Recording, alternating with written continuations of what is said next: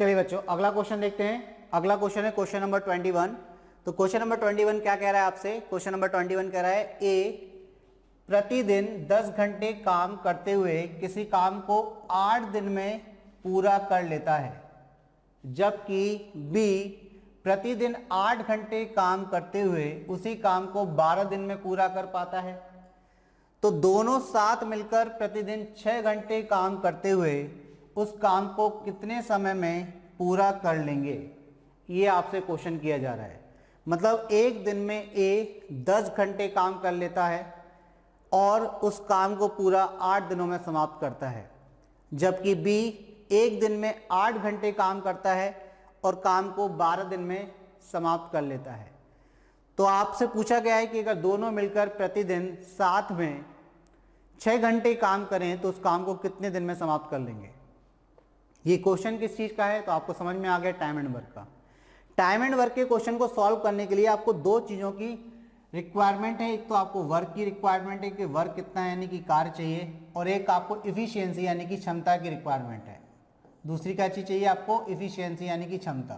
तो अगर आपके पास क्षमता आ जाए दोनों व्यक्तियों की और आपके पास क्या आ जाए? कार्य आ जाए कि टोटल वर्क कितना है, तो क्वेश्चन आपका समाप्त। उसके बाद कुछ भी नहीं है क्वेश्चन में। ठीक है, तो चलिए बात करते हैं क्या क्या दिया है। सबसे पहले तो हम बात करते हैं, एक व्यक्ति ए है, दूसरा व्यक्ति बी है।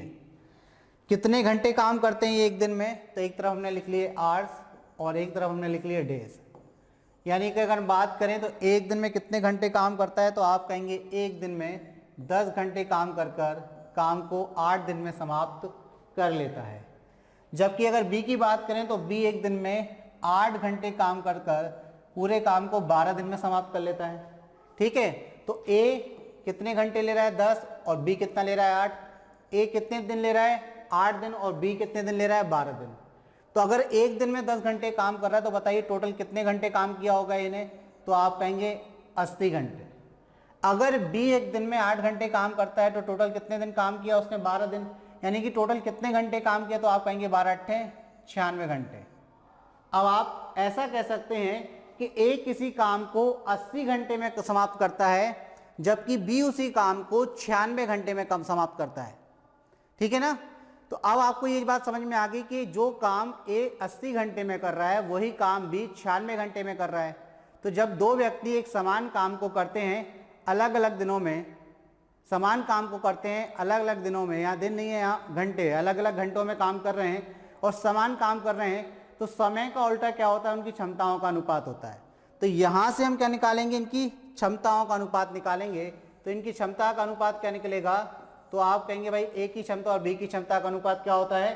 समय के अनुपात का उल्टा।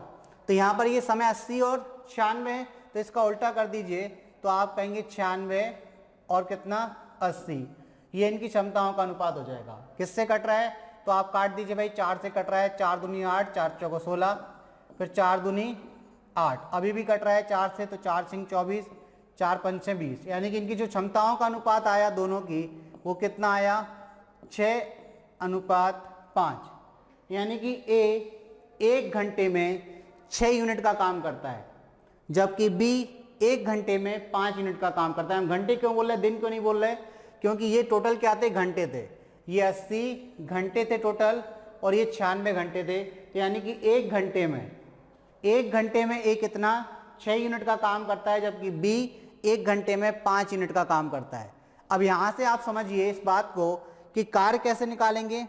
तो कार्य निकलेगा आपका कैसे? तो आपको पता है कि भाई ए की क्षमता कितनी है? एक घंटे में ए करता है 6 यूनिट काम। उसने कितने घंटे काम किया? 80 घंटे। तो 80 घंटे में कितना किया होगा? आप मल्टीप्लाई कर दीजिए, तो ये आ गया कार्य। अब ये कार्य किससे करवाना है? ए और बी दोनों से 6-6 घंटे काम करवाना है।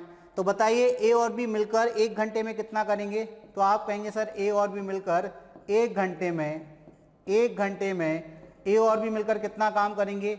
ए करेगा 6, बी करेगा कितना? 5, तो टोटल करेंगे 11। एक घंटे में 11 करेंगे। ये एक दिन में कितना घंटे करते हैं? 6 घंटे। तो 6 घंटे में कितना कर लेंगे? तो आप कहेंगे सर 11 × 6 यानी कि 66 यूनिट काम कर लेंगे। कितना यूनिट काम कर लेंगे? 66 यूनिट। मतलब एक दिन में 66 यूनिट काम कर लेंगे, क्योंकि आपको पता है 1 घंटे में कितना करते हैं 11, और 1 दिन में कितने घंटे कर रहे हैं 6 घंटे, तो 6 घंटे में कितना किया 66 यूनिट। तो आपको कितना काम करवाना है 6 इंटू 80, यानी कि आप इसको क्या कर सकते हैं, इसको आप लिख सकते हैं 8 से 48। अगर करना चाहें तो कर लीजिए, बाद में कट जाता है तो मल्टीप्लाई करने का कोई महत्व नहीं रहता। तो हमें निकालना है कि ए और बी मिलकर कितने दिन में करेंगे। तो दिन कैसे आते हैं, तो आपको पता है भाई दिन कैसे आते हैं, ए और बी मिलकर कितने दिन में करेंगे। तो यदि हम कार्य को किससे भाग लगा देते हैं, क्षमता से किसकी भाई, ए और बी की। और ए और बी की कौन सी क्षमता, कि एक दिन में वो 6 घंटे काम कर रहे हैं, तो एक दिन में 6 घंटे काम कर रहे हैं मतलब 66 यूनिट काम कर रहे हैं। तो कार्य कितना है, तो आप कहेंगे सर 480। क्षमता कितनी है दोनों की, एक दिन में 6 घंटे के हिसाब से करने की 66। तो भाई किससे कट रहा, 6 से, 11 बार 6 से 80 बार। तो देखिए 80/11 यानी कि 11 7 77, 3 बटे कितना हो जाएगा 11 दिन, यानी कि दोनों को 7 सही 3/11 दिन का समय लगेगा। दोनों को कितना समय लगेगा, तो आप कहेंगे सर 7 सही 3/11 दिन का समय लगेगा दोनों को। ये आपका आंसर हो जाएगा। क्लियर हो रही बात। तो आपका आंसर क्या हो गया, 7 सही 3/11, यानी कि ऑप्शन ए आपका आंसर हो गया। एक बार फिर से समझ लीजिए, क्वेश्चन आपको दिया था कि भाई ए और बी किसी काम को किस हिसाब से कर रहे हैं। तो यहां पर दिया था कि ए 10 घंटे एक दिन में काम कर किसी काम को 8 दिन में करता है। तो आपने देखा एक दिन में 10 घंटे कर रहा, तो 8 दिन में कितना घंटे करेगा, तो आप कहेंगे 80 घंटे। बी एक दिन में कितना घंटे करता है, 8 घंटे, तो 12 दिन में कितना करेगा, तो आप कहेंगे 96 घंटे। मतलब ये है कि ए एक पूरे काम को 80 घंटे में करता है, जबकि ए जो बी है वो पूरे काम को यानी कि उसी काम को 96 घंटे में करता है। तो यहां पर जो हमारा वैल्यू निकला वो कितना निकला, 80 घंटे में ए पूरा काम करता है और 96 घंटे में बी पूरा काम करता है। अब हमने देखा कि जो समय है, समान कार्य को करने के लिए जो समय दिया रहता है उसका अगर आप उल्टा कर दें तो क्षमताओं का अनुपात बनता है। क्या बनता है, क्षमताओं का अनुपात बनता है। तो हमने क्या देखा यहाँ पर, भाई यहाँ पर क्षमताओं का अनुपात 96 और 80 उल्टा कर दिया, रेसिप्रोकल कर दिया समय का। तो ये किससे कट गया, तो इसको हमने पहले 4 से काटा, 4 दूनी 8, 4 चौको 16, 4 से काटा फिर 4 से, तो 6 अनुपात कितना आ गया 5। तो हमने देखा कि ए एक दिन में 6 यूनिट काम करता है, बी एक दिन में 5 यूनिट काम करता है। फिर इसके बाद हमने देखा कि भाई ए एक दिन में नहीं मतलब 1 घंटे में कितना काम करता है 6 यूनिट, और बी कितना करता है 5 यूनिट।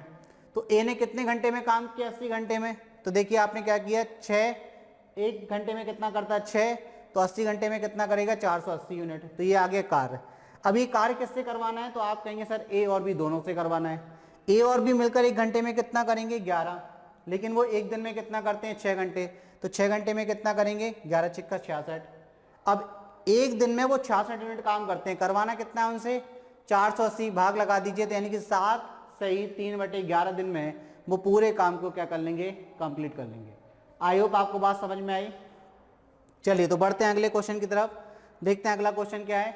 अगला क्वेश्चन है, एक कार किसी दूरी के 1/4 हिस्से को, एक कार किसी दूरी के 1/4 हिस्से को 25 किलोमीटर प्रति घंटा, 25 किलोमीटर प्रति घंटा की चाल से तय करती है, 25 किलोमीटर प्रति घंटे की चाल से तय करती है, और शेष दूरी को दुगनी चाल से तय करती है, दुगनी चाल से तय करती है।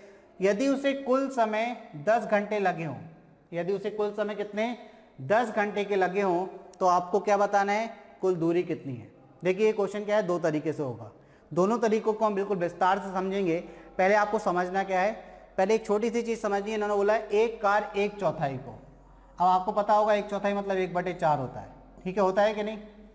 तो हमेशा क्या करना, जब भी वो 1/4, 2/3, 1/5 भाग, 1/6 भाग बोले, तो जो बटे में 6 उसको टोटल दूरी मान लेना है आपको। 1/4 में बटे में क्या आएगा 4 आएगा, तो कुल दूरी कितनी मान लीजिए आप, तो हमने मान लिया भाई कुल दूरी कितनी है, तो हमने कुल दूरी मान ली आपकी, आप x मत मानना, x मानेंगे तो बटे में जाएंगे, तो आप मान लीजिए 4x, ठीक है, कितना मान लीजिए 4x। अब आपको पता है 1/4 कितना होगा इसका, तो आप इसका 1/4 निकालिए, 4x का 1/4 दूरी, 1/4 दूरी निकालते हैं हम। 1/4 दूरी को उसने किस चाल से तय किया, तो आप कहेंगे 25 किलोमीटर प्रति घंटे की। तो 4x का क्या करेंगे आप 1/4 निकालेंगे, यानी कि x दूरी, कितनी दूरी x दूरी, x किलोमीटर में है ये, ठीक है, x किलोमीटर की दूरी किससे, उसने तय की 25 किलोमीटर प्रति घंटे की चाल से, 25 किलोमीटर प्रति घंटे की चाल से। ये तो पहला केस हो गया, ठीक है। तो अब समय निकाल सकते हैं, समय निकाल सकते हैं कि नहीं भाई, हमें कितना समय लगा x किलोमीटर की दूरी 25 किलोमीटर प्रति घंटे की चाल से तय करने में। तो हम जानते हैं समय क्या होता है, तो हम जानते हैं समय होता है दूरी बटे चाल, दूरी बटे चाल समय होता है। तो दूरी कितनी है x और चाल कितनी है 25 किलोमीटर प्रति घंटा। और जो दूरी भी हमने मानी वो किस में मानी, ध्यान रखना, किलोमीटर में मानी है, ठीक है। ये भी किलोमीटर है, ठीक है, x किलोमीटर। तो देखिए पहला समय निकाल लिया हमने, जब एक कार ने 1/4 दूरी 25 किलोमीटर प्रति घंटे की चाल से तय की। तो हमने क्या निकाल लिया, पहले हमने निकाल लिया कि भाई कितना समय लगा 1/4 दूरी तय करने में।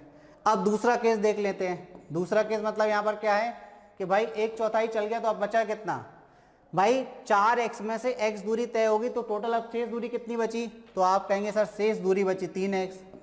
शेष दूरी कितनी बची, शेष दूरी कितनी बची, तो आप कहेंगे सर 3x। भाई 4x कुल दूरी थी, उसमें से x दूरी चल गई 25 किलोमीटर प्रति घंटे की चाल से, तो अब कितनी दूरी बची, तो आप कहेंगे सर 3x दूरी, यानी कि 3x किलोमीटर की दूरी बची। अब किस चाल से तय करता है, तो देखिए यहाँ जो चाल थी वो आपकी थी 25 किलोमीटर प्रति घंटा। अब जो चाल है वो क्या कर देता है, अपनी दुगनी कर देता है।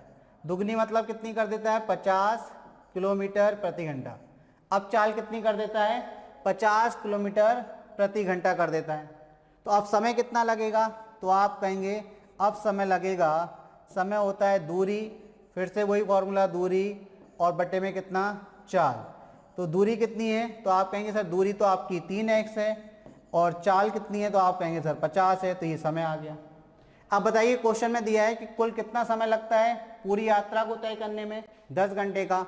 तो पहले समय कितना लगा x/25, फिर समय कितना लगा 3x/50, तो कुल समय कितना होगा, तो आप कहेंगे सर कुल समय कैसे निकालेंगे, तो कुल समय हो जाएगा आपका x/25 प्लस 3x/50, ये कुल समय। और ये किसके बराबर होगा, तो आप कहेंगे सर 10 घंटे के बराबर।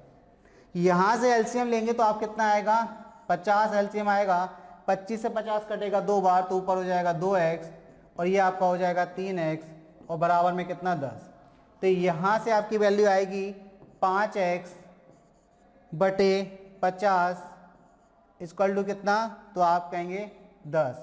5 से 50 कटेगा 10 बार, तो x की वैल्यू कितनी आ गई, 10 का गुणा 10 से, तो आप कहेंगे 100। कितनी आ गई, 100। लेकिन ये 100 किलोमीटर क्या है, 1/4। ये आप आंसर मत दे देना, क्योंकि एक्चुअल में हम हमेशा 100 मानते हैं, तो 100 पे आप करके खत्म मत कर देना। आपने दूरी एक्चुअल में कितनी मानी थी भाई, कुल दूरी 4x, तो 4x की वैल्यू निकालनी, तो इस तरफ 4 से गुणा कर दीजिए, दोनों तरफ 4 से गुणा कर देंगे तो कितनी आ जाएगी, 400 किलोमीटर। यानी कि कुल दूरी कितनी है, तो आप कहेंगे सर कुल दूरी 400 किलोमीटर की है, ठीक है, जिसका 1/4 भाग 25 किलोमीटर की रफ्तार से तय किया गया, और शेष भाग उसकी दुगनी यानी कि 50 किलोमीटर की रफ्तार से तय किया गया, और समय कितना लगा, 10 घंटे का। तो ये तो हो गया ट्रेडिशनली ऑप्टेस से।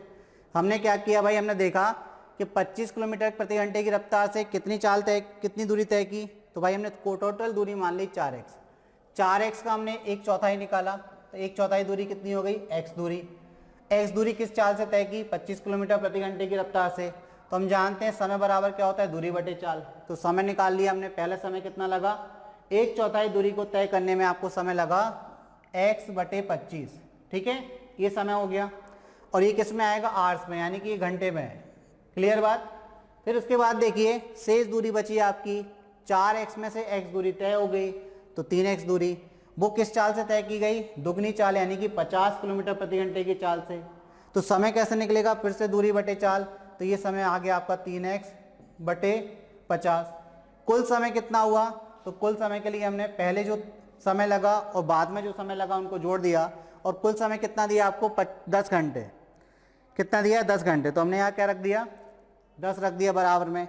यहाँ सॉल्व किया तो वैल्यू कितनी आ गई आपके पास, यहाँ इसको थोड़ा सा क्लियर कर ले, नहीं तो आपको बात समझ में नहीं आएगी जब आपके पास PDF होगी। तो चलिए इसको थोड़ा सा क्लियर लिख ले रहे।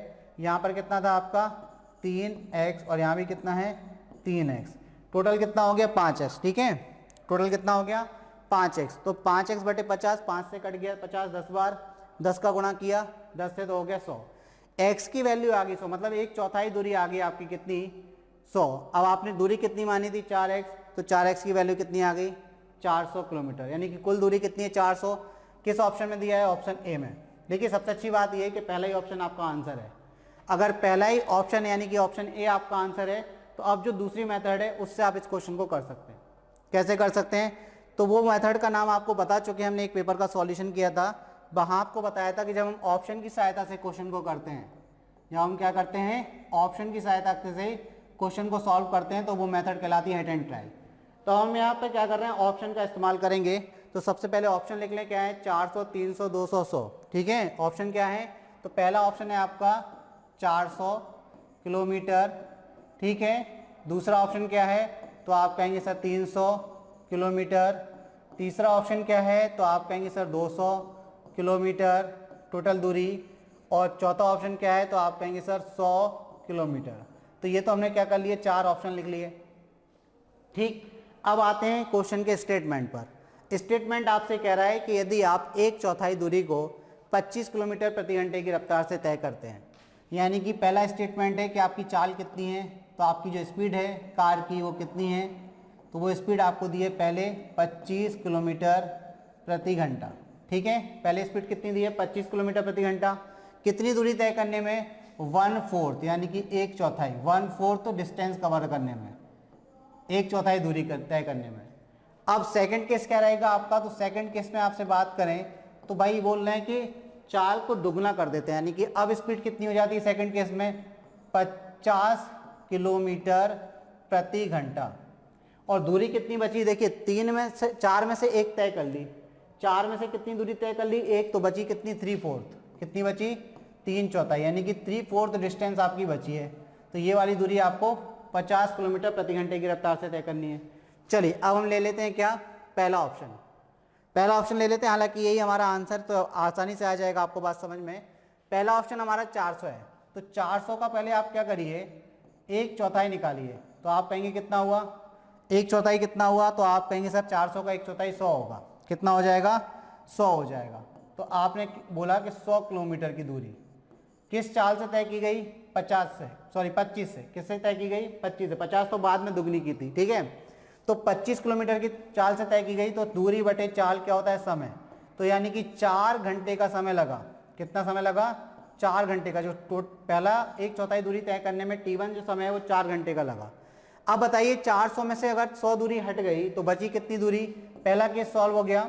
दूसरा केस, अब बची 300 किलोमीटर की दूरी, और किस चाल से तय करनी है, तो आप कहेंगे 50 किलोमीटर प्रति घंटे की चाल से, 50 किलोमीटर प्रति घंटे की चाल से।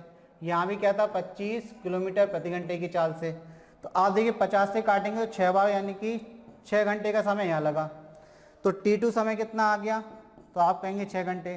टोटल समय की अगर बात करें, कुल समय की यदि बात करें, तो 4 और 6 कितना हो गया, तो आप कहेंगे सर 4 और 6 10 घंटे।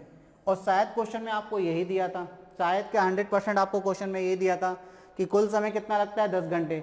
तो पहले ऑप्शन पे सेटिस्फाई हो गया, तो आप किस ऑप्शन पे, ऑप्शन ए पर टिक करके आगे बढ़ जाएंगे। इन केस 400 की जगह 200 होता तो भी आपको यही केस करना था। कैसे, समझ लीजिए। अगर मान के चलिए पहला नहीं होता, दूसरा आपका पहले ऑप्शन में मान के चलिए आपका 200 या 300 होता, 300 मान लीजिए 300 होता, तो 300 का 1/4 निकालेंगे। आप क्या करेंगे 300 का 1/4 निकालेंगे, तो आप 4 से भाग देंगे, 4 7 28, 4 5 20, 75 होगा। और इसमें 25 से भाग देंगे, ये तो दूरी हो गई 75, और चाल कितनी है, तो 25 किलोमीटर प्रति घंटे से तय की आपने पहली 1/4, तो 25 थी, अब कितना 75, तो 3 घंटे का समय लगा। तो यानी कि दूसरी जो शेष दूरी बची है उसको तय करने में आपको कितना समय लगना चाहिए 7, तभी 10 होंगे। तो देखिए 300 में से कितना 75 गया, तो आप कहेंगे 225, और किससे भाग लगा दीजिए 50 से, तो 25 से 2 बार, 25 से 9 बार, तो ये 4.5 घंटे आया।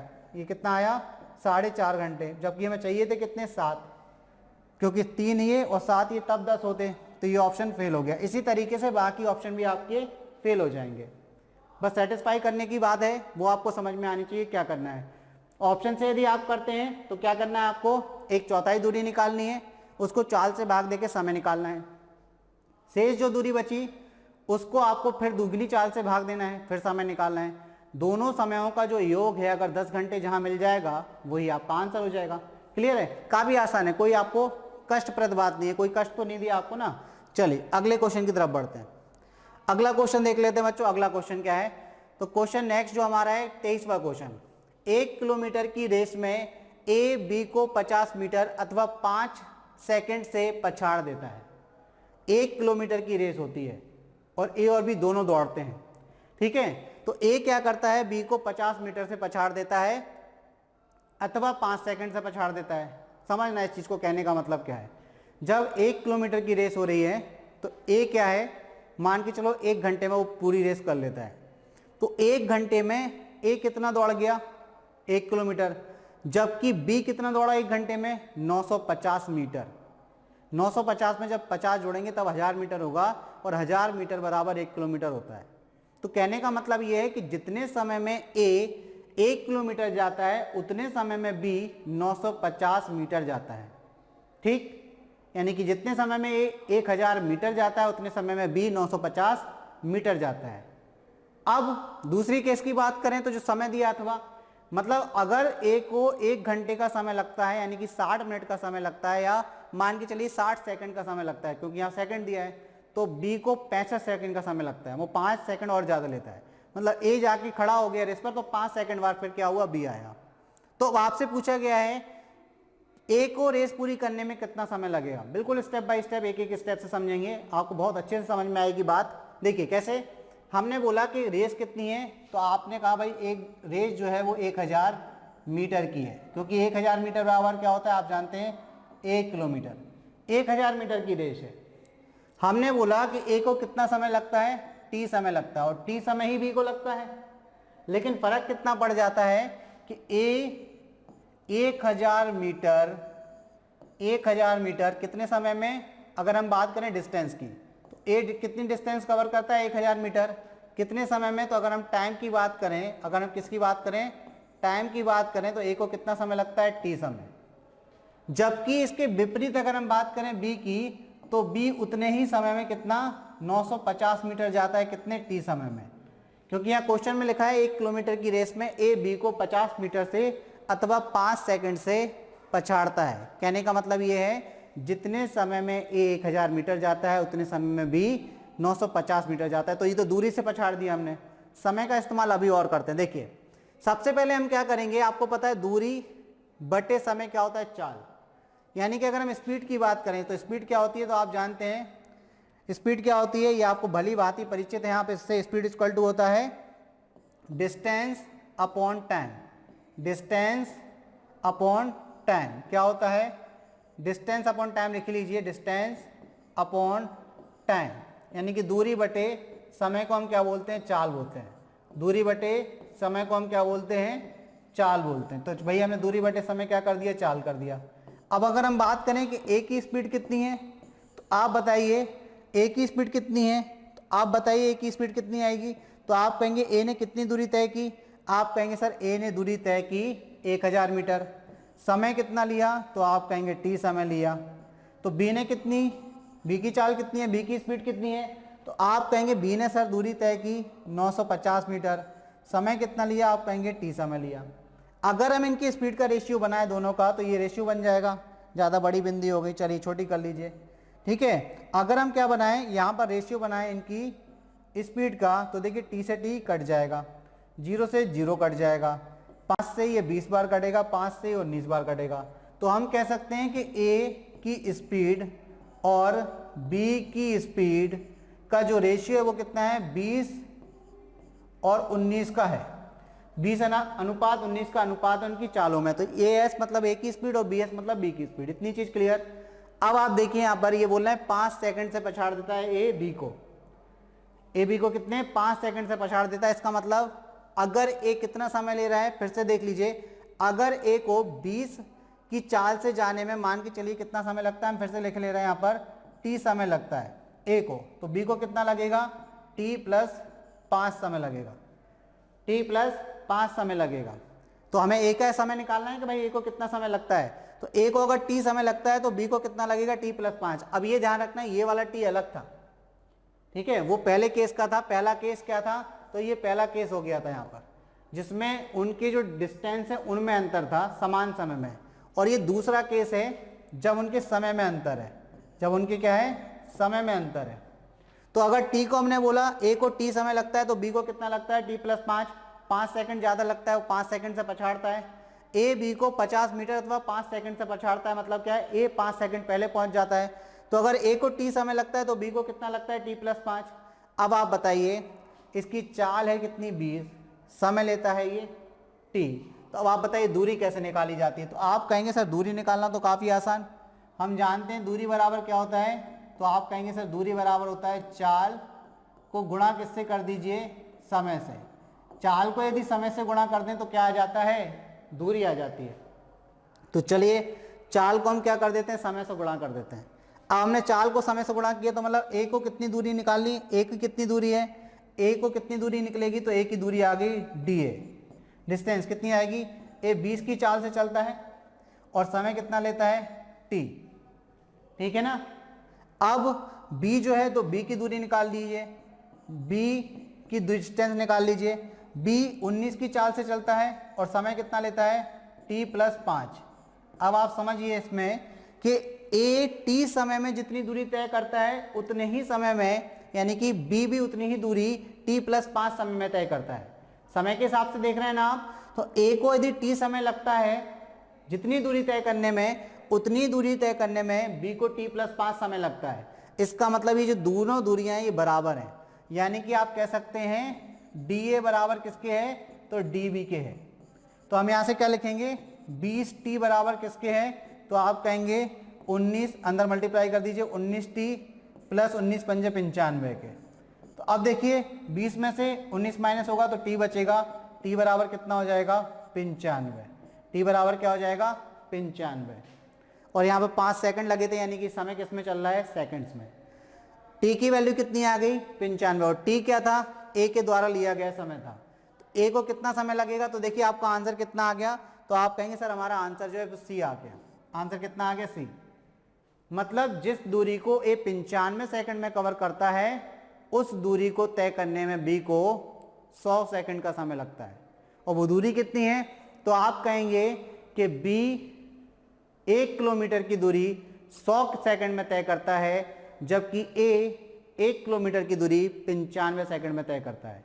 क्लियर होगी बात। आपका आंसर कितना हो गया, ऑप्शन सी, यानी कि 95। क्लियर है। चलिए तो बढ़ते हैं अगले क्वेश्चन की तरफ, देखते हैं अगला क्वेश्चन क्या है। देखिए अगला जो क्वेश्चन है, एक ट्रेन 12 किलोमीटर की दूरी 10 मिनट में तय करती है। यदि यह एक खंबे को पार करने में 7 मिनट का समय लेती है तो ट्रेन की लंबाई क्या है।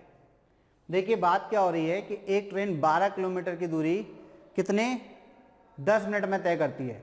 अब एक चीज़ ध्यान रखना, जब एक ट्रेन ने कुछ दूरी तय की, ठीक है ना, कितनी दूरी तय की, तो आप कहेंगे 12 किलोमीटर की दूरी तय की। कितना समय लिया, तो आप कहेंगे सर 10 मिनट का समय लिया।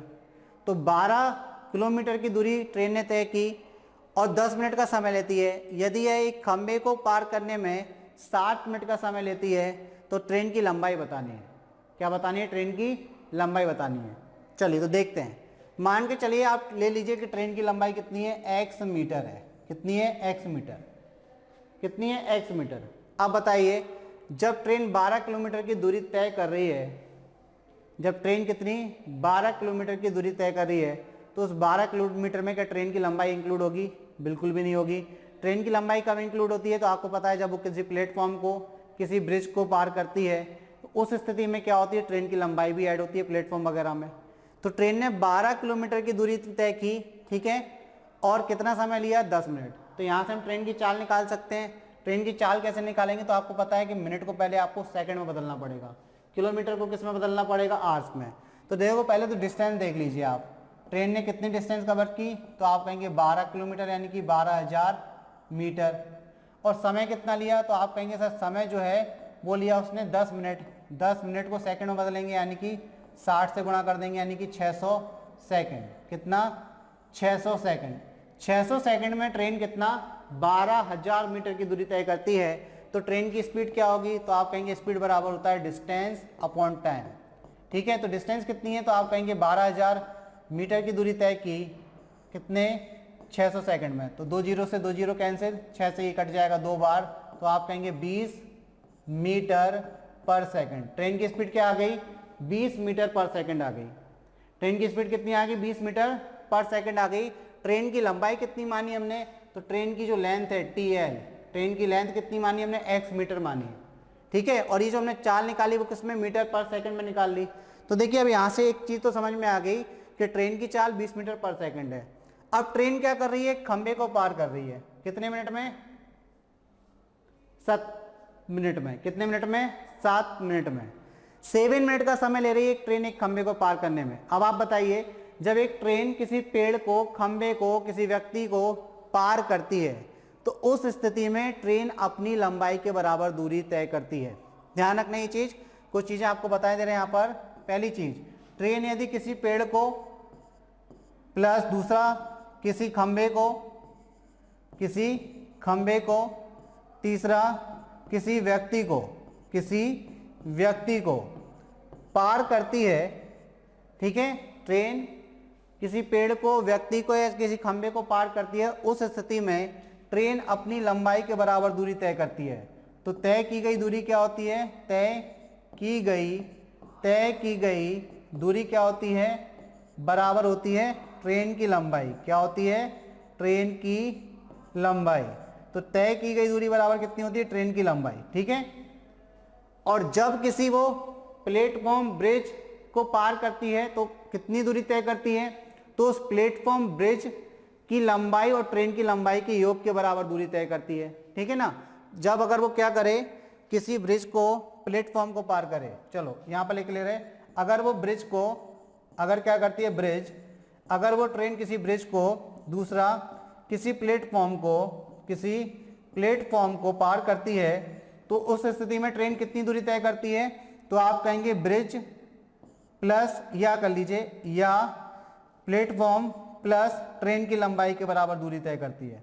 मतलब या तो अगर वो ब्रिज को पार कर रही होगी तो ब्रिज की लंबाई प्लस ट्रेन की लंबाई, और अगर वो प्लेटफॉर्म को पार कर रही होगी तो प्लेटफॉर्म की लंबाई प्लस ट्रेन की लंबाई के बराबर दूरी तय करेगी, ठीक है। ये चीज समझ ली हमने। अब देखिए यहाँ पर बात करें तो ट्रेन की चाल कितनी निकाल ली हमने?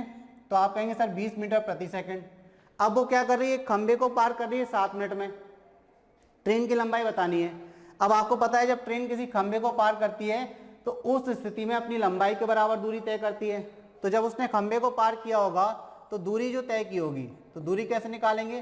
तो आप कहेंगे ट्रेन की चाल और उसको समय कितना लगा उसका गुणा कर दीजिए, तो क्या आ जाएगी? ट्रेन की लंबाई आ जाएगी। क्या आ जाएगी? ट्रेन की लंबाई आ जाएगी। चलिए देखते हैं ट्रेन की चाल कितनी है। तो आप कहेंगे 20 मीटर पर सेकंड। समय कितना लगा? तो आप कहेंगे 7 मिनट। आप क्या कहेंगे? 7 मिनट, ठीक है। तो देखिए यहाँ पर थोड़ा सा करेक्शन कर लीजिए, 7 मिनट के हिसाब से तो आपका आंसर नहीं आ पाएगा, तो आप यहाँ पर 7 सेकंड कर लीजिए, ठीक है। इसको काट लीजिए, यहाँ पर 7 सेकंड्स कर लीजिए, ठीक है। 7 सेकंड्स का समय अगर लेती है तो 7 सेकंड अगर आप कर लेंगे तो ये आपका आंसर आ जाएगा 140 कितना मीटर। ट्रेन की लंबाई कितनी आ जाएगी? 140 मीटर। तो ट्रेन कितनी लंबी है? तो आप आंसर देंगे 140 मीटर लंबी है ट्रेन। ट्रेन कितनी लंबी है? 140 मीटर लंबी है ट्रेन। क्लियर हो रही बात? ठीक, करेक्शन कर लेना थोड़ा सा क्वेश्चन में। चलिए अब यहाँ बात समझ में आ गई। अब यहाँ एक चीज़ और समझ लीजिए, एक चीज़ यहाँ पर और समझ लीजिए कि हमने अभी देखा कि 3 फॉर्मूले बन रहे हैं आपके स्पीड से। तो आपकी जो स्पीड होती है, यानी कि हम बात करें चाल, हिंदी में लिख लीजिए, जो चाल होती है वो कितनी होती है? तो चाल बराबर होता है दूरी बटे समय। चाल बराबर क्या होता है? तो आप कहेंगे सर चाल बराबर होता है दूरी और उसका भाग लगा दीजिए किससे? समय से। यानी कि दूरी और समय के अनुपात को हम क्या कहते हैं? चाल कहते हैं, पहली चीज़। दूसरी चीज़ अगर हम बात करें कि समय क्या होता है, तो आप कहेंगे समय निकालने के लिए हमें क्या करना पड़ेगा सर? दूरी को किससे भाग लगा दें? चाल से। दूरी को किससे भाग लगा दें? चाल से। तीसरी चीज़ भी यहाँ देख लीजिए आप एक बार और, अगर आपको दूरी निकालनी है, देखिए इनका इस्तेमाल हो रहा है बार बार, दूरी निकालनी है तो दूरी क्या होती है? तो आप कहेंगे सर चाल गुणा समय। चाल गुणा समय क्या होता है? दूरी होता है, ठीक है। तो यहाँ से देखिए इतनी बात हमें समझ में आ गई कि एक फॉर्मूले से 3 चीजें बन रही हैं, ठीक। अब इसके अलावा और देख लीजिए, अगर आपको मीटर पर सेकंड को किस में कन्वर्ट करना है? अगर आपको मीटर पर सेकंड को किलोमीटर पर आवर में कन्वर्ट करना है, किलोमीटर पर आवर में कन्वर्ट करना है, तो आप किससे मल्टीप्लाई करेंगे? तो आप मल्टीप्लाई करेंगे बड़े में बदलने के लिए 18/5 से। किससे मल्टीप्लाई कर देंगे मीटर पर सेकंड में? 18/5 से। और यदि आपको क्या करना है? यदि आपको किलोमीटर पर आवर को किस में कन्वर्ट करना है, अगर आपको किलोमीटर पर आवर को मीटर पर सेकंड में कन्वर्ट करना है, तो आप किससे मल्टीप्लाई करेंगे, 5/18 से। छोटे में बदलने के लिए छोटे से गुणा होता है, बड़े में बदलने के लिए बड़े से गुणा होता है। ये चीज क्लियर है। चलिए, तो अब देखिए क्वेश्चन काफी आसान था, कोई भी टफ नहीं था। आपको चीजें समझनी है, आपको बेसिक कॉन्सेप्ट समझने हैं। अगर वो बेसिक कॉन्सेप्ट आपको बनते हैं तो आपको किसी भी क्वेश्चन में समस्या नहीं जाएगी। ठीक है, चलिए अब बढ़ते हैं बेटा अगले क्वेश्चन की तरफ। बच्चों अगला क्वेश्चन देखते हैं क्या है। तो अगला जो क्वेश्चन हमारे पास वो है 750 रुपए को ए, बी और सी में इस प्रकार बांटा जाता है। 750 रुपए को ए, बी और सी में इस प्रकार बांटा जाता है कि ए अनुपात बी बराबर 5:2, बी अनुपात सी बराबर 7:13 है, तो बी को कितने रुपए मिलेंगे। ठीक, चलिए देख लेते हैं। सबसे पहले आपको क्या तैयार करना है, सबसे पहले यहां इस क्वेश्चन में आपको क्या तैयार करना है, आपको ए अनुपात बी अनुपात सी तैयार करना है। क्यों तैयार करना है, क्योंकि आपको भाई अलग अलग दिया है। अभी आपको क्या ज्ञात करना है, ए अनुपात बी अनुपात सी ज्ञात करना है। ये चीज अगर आप निकाल लोगे कि ए, बी और सी में किस अनुपात में पैसा बांटा गया, तो आप देख लोगे कि भाई ए को इतना मिला, बी को इतना, सी को इतना, आसानी से आप निकाल सकते हैं। तो सबसे पहला काम क्या है, इस टाइप के क्वेश्चन में आपको क्या करना है, 750 रुपए तो बांटे जा रहे, लेकिन जिस अनुपात में बांटे गए वो अनुपात कैसे तैयार किया गया, ए का बी के साथ में और बी का सी के साथ में। तो सबसे पहले आप ये अनुपात तैयार करिए कि ए अनुपात बी अनुपात सी में किस अनुपात में ये पैसा बांटा गया। तो कैसे करेंगे, देखिए यहां पर लिखा है आपके पास कि ए अनुपात बी कितना है, तो आप कहेंगे सर ए अनुपात बी आपके पास है 5:2। अगर आपसे पूछा जाए बी अनुपात सी कितना है, तो आप कहेंगे सर बी अनुपात सी जो है वो आपके पास है 7:13। कितना है, 7:13। अब देखिए जब भी आपको एक चीज याद रखनी है, जब भी आपके पास ए अनुपात बी बराबर समथिंग दिया है, बी अनुपात सी बराबर कुछ दिया है, अनुपात में दिया रहेगा, तो देखिए ये अनुपात ए से शुरू हुआ बी पर खत्म हुआ, समझ रहे हैं इस चीज को। तो दूसरा अगर आपका बी से शुरू होता है और सी पर खत्म होता है, तो यहां हम एक लॉजिक लगा सकते हैं। क्या, अगर आपको क्या निकालना है, ए अनुपात बी अनुपात सी निकालना है, तो अब आप क्या करेंगे, पहले कॉलम का वर्टिकली मल्टीप्लाई कर दीजिए। पहले कॉलम का क्या कर दीजिए, वर्टिकली मल्टीप्लाई कर दीजिए। पहले कॉलम का वर्टिकली मल्टीप्लाई कर दीजिए इस तरीके से, तो आपको एक ही वैल्यू मिल जाएगी, 5×7=35। कितना हो गया, 35 अनुपात। फिर जो क्रॉस मल्टीप्लाई कर दीजिए जो नंबर आपको दिए हैं, तो 7×2 कितना हो गया, तो आप कहेंगे सर 14, तो ये बी की वैल्यू आ गई। अब आप फिर से क्या करिए, लास्ट कॉलम का वर्टिकली मल्टीप्लाई कर दीजिए, तो 13×2 कितना हो गया, 26। ये आपको मिल जाएगा ए अनुपात बी अनुपात सी। ये क्या मिल जाएगा आपको, ए अनुपात बी अनुपात सी मिल जाएगा। अब आप देखिए हम कह सकते हैं कि 750 में से यदि ए को 35, बी को 14 और सी को कितना मिला, 26 रुपए मिला। कितना कितना मिला, ए को 35, बी को 14 और सी को कितना मिला, 26 रुपए मिला। तो टोटल कितना हो गया, तो आप कहेंगे ए प्लस बी प्लस सी को कुल कितना दिया गया, तो इन सब का योग कर दीजिए। तो आप कहेंगे 26 और 14 40 और 35 75 रुपए, 75 रुपए यानी कि 75 यूनिट है। और आप बोल रहे हैं कितना पैसा बांटा जाता है एबीसी में, 750, और हमारे हिसाब से कितना दिया गया टोटल, 75। तो आप कहेंगे भाई 750 के बराबर हो जाएगा ये 75 यूनिट। तो 750 रुपए के बराबर हो गया 75 यूनिट। तो एक यूनिट की वैल्यू क्या आएगी, तो आप कहेंगे सर एक यूनिट की वैल्यू आएगी 10 रुपए के बराबर। एक यूनिट 10 रुपए के बराबर है। आपसे क्या पूछा गया भाई कि बी को कितना दिया गया, आपसे पूछा गया कि बी को कितने रुपए मिलेंगे, आपसे क्या पूछा गया कि बी को कितने रुपए मिलेंगे। तो बताइए यहां पर बी की वैल्यू क्या है, तो आप कहेंगे बी की वैल्यू यहां पर 14 यूनिट है। कितनी है, 14 यूनिट।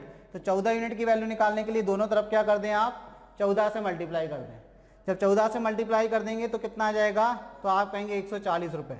तो बी को कितने रुपए मिले, 140 रुपए। अब इसमें आपसे कुछ भी पूछ लें, आपसे पूछ लें ए को कितना मिला, तो 35 यूनिट की वैल्यू 350। तो आप ए की वैल्यू निकाल सकते हैं कितनी, 350 रुपए। अगर आपसे पूछे सी को कितना मिला, तो आप कहेंगे 26 यानी कि 210, क्योंकि आपको पता है एक यूनिट की वैल्यू 10 है, केवल आपको 10 से गुणा करना है 35 में और 26 में। अब आपसे पूछ लें कि ए और सी के बीच में अंतर कितना है, तो बहुत आसानी से बता देंगे भाई। आसानी से कैसे बताएंगे, 350 में से 26 माइनस करेंगे 260, 350 में से ये भी कर सकते हैं। लेकिन अगर आपसे केवल इस क्वेश्चन में इतना पूछा गया था कि ए और सी के बीच में अंतर क्या है, यानी कि ए को मिली धनराशि और बी को मिली धनराशि के बीच में अंतर क्या है। तो आप देखिए ये अनुपात निकालने के बाद आपको 1 यूनिट की वैल्यू 10 तक निकालनी थी और इनके बीच में अंतर कितना है, तो आप कहेंगे सर 9 यूनिट का। तो 9 यूनिट की वैल्यू कितनी, 90। तो ऐसे भी कर सकते थे अगर आपसे ये नहीं पूछा गया होता कि बी को कितना मिला। आई होप आपको बात समझ में आई, क्वेश्चन भी आपको समझ में आया, ठीक है ना। देखिए अब बेसिक क्वेश्चन आ रहे हैं, कोई भी टफ नहीं है, घबराने की जरूरत नहीं है, क्वेश्चन करते जाइए, बहुत ईजी है। एक कॉन्फिडेंस अपने अंदर बिल्डअप कीजिए कि आप कर सकते हैं, आप कर सकते हैं और आप कर सकते हैं, क्योंकि नौकरी आपको चाहिए, आपको मिलेगी। बस आपके अंदर एक दृढ़ संकल्प होना चाहिए कि हम इस नौकरी को लेके रहेंगे। कोई भी क्वेश्चन टफ नहीं है। आप देखिए जितने भी पेपर हम सॉल्व कर रहे हैं, एसआई के 3 पेपरों का सॉल्यूशन किया हमने जेल प्रहरी के 8 पेपरों का सॉल्यूशन किया, हमने टॉपिक वाइज क्वेश्चन भी किए, मोस्ट एक्सपेक्टेड क्वेश्चन भी देखे। हमने हर जगह देखा कि जेल प्रहरी एसआई कांस्टेबल में लगभग एक जैसे क्वेश्चन आते हैं और बेसिक क्वेश्चन आते हैं। कोई भी क्वेश्चन का लेवल जो है वो हार्ड नहीं है, ठीक है। हार्ड अगर हो भी जाएगा तो भी कोई दिक्कत नहीं है, क्योंकि हम स्टडी कैसे कर रहे हैं, बिल्कुल A to Z चल रहे हैं, बिल्कुल A to Z चलेंगे, हमें किसी चीज का डर नहीं है। क्लियर। चलिए तो बढ़ते हैं बेटा अगले क्वेश्चन की तरफ, देखते हैं अगला क्वेश्चन क्या है।